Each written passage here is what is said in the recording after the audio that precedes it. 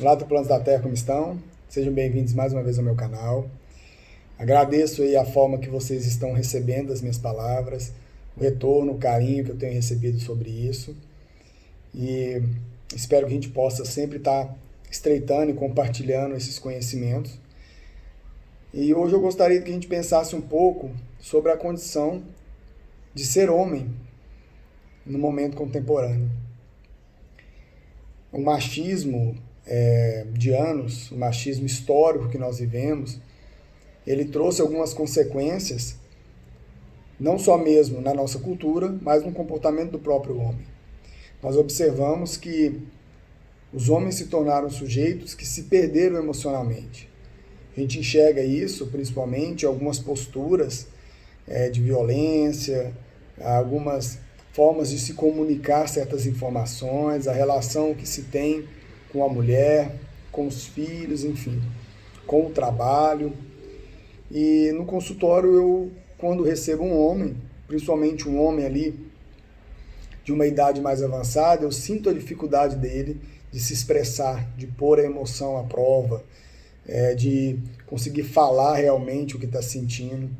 Parece que tem que criar uma máscara constante de um sujeito forte, macho, que está acima de tudo e que tem poder sobre as coisas.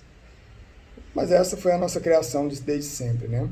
E a gente começa a refletir como estão essas novas gerações.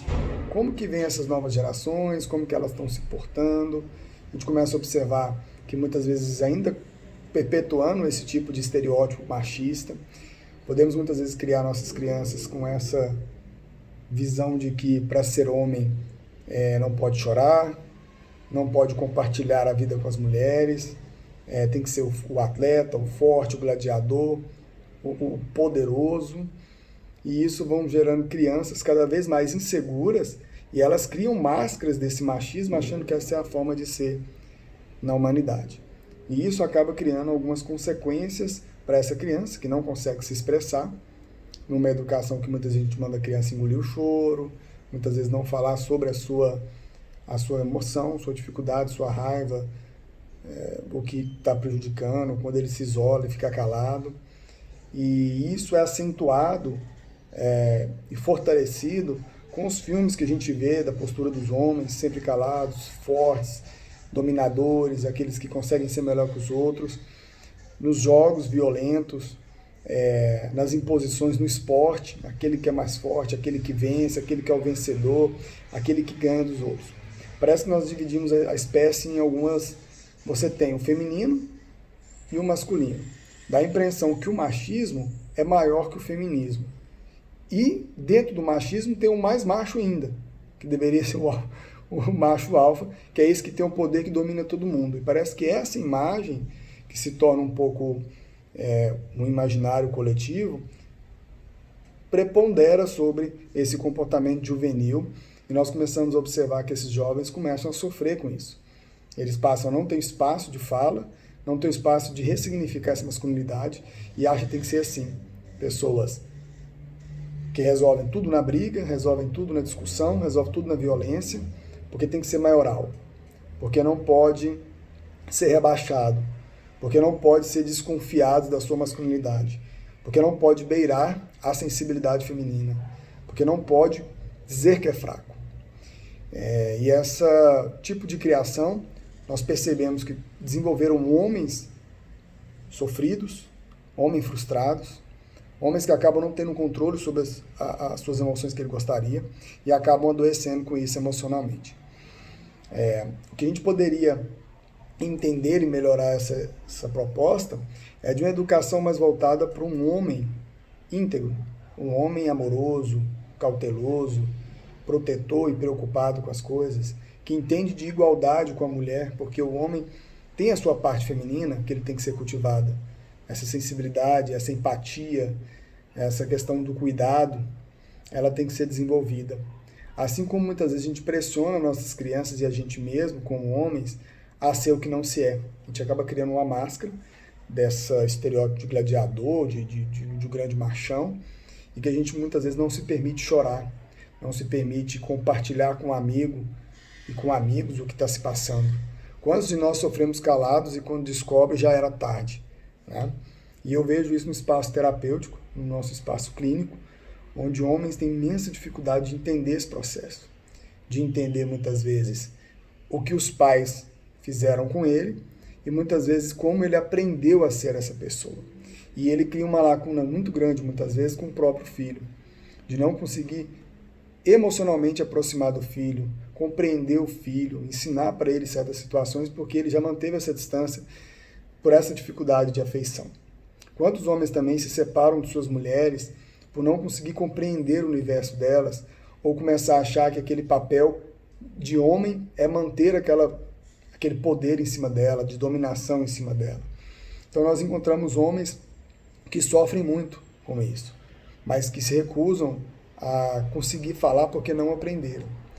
Então chegou o momento da gente entender esse universo dentro da cultura e a gente reverter isso para uma educação positiva de um homem mais íntegro, né? Podemos trazer então essa questão de falar mais das emoções, a empatia, a compaixão para dentro da educação do menino. A gente poder muitas vezes falar que ele pode sim brincar com as meninas, que ele pode sim chorar, mas entender o choro, entender a hora que tem que parar, entender muitas vezes que ele pode muitas vezes expressar o que sente, o que pensa, que o mundo vai acolhê-lo, para ele se sentir mais seguro dele mesmo. Ele entender que respeitar as mulheres não é igualar a elas, porque nós somos humanos, nós somos iguais, mas é respeitá-las, porque é assim que eu tenho o meu respeito, né? Muitas vezes as pessoas acham que essa depreciação de quem está acima e embaixo, isso não existe, é uma depreciação. A gente acha que o homem tem uma superioridade sobre a mulher e não é verdade, né? São complementos, e complementos que muitas vezes que prepondera essa parceria, que tem que ter essa parceria. A gente tem que ensinar nossos filhos a evitar acessos de violência. Então, evitar que nossos filhos vejam muitos filmes violentos, que praticam jogos violentos, que gostam sempre de questões violentas. E aí isso parte muitas vezes de achar que quem é o mais forte, quem é o melhor, quem é essa competição, acaba gerando essa ideia de que ser homem é isso. Ser homem é o provedor, ser homem é o que vai à frente, que resolve os problemas. Nem sempre. Nem sempre. Muitas vezes o homem pode ter outras possibilidades, outras formas de ser, que é muitas vezes uma questão de postura, uma postura de referência, uma postura de amor, de paz, de acolhimento e também de respeito. Nós precisamos de ter homens que possam ser líderes, homens que possam ser guias, homens que possam ser mestres de outras pessoas, para assim a gente poder compartilhar uma coisa melhor e assim deixar de sofrer essas questões de influências de um homem poderoso que tem que derrubar todos por força, né? Chegou o momento de a gente agora conseguir juntar as pessoas por inteligência e por questões emocionais e amor. Desta forma, vejo que esses homens ficam perdidos, mas chegou o momento de a gente poder refletir um pouco sobre isso e poder os homens também se expressar emocionalmente e poder entender um outro viés de como ser homens hoje em dia. Ok? Obrigado aí pela reflexão, um abraço, até mais, fique com Deus.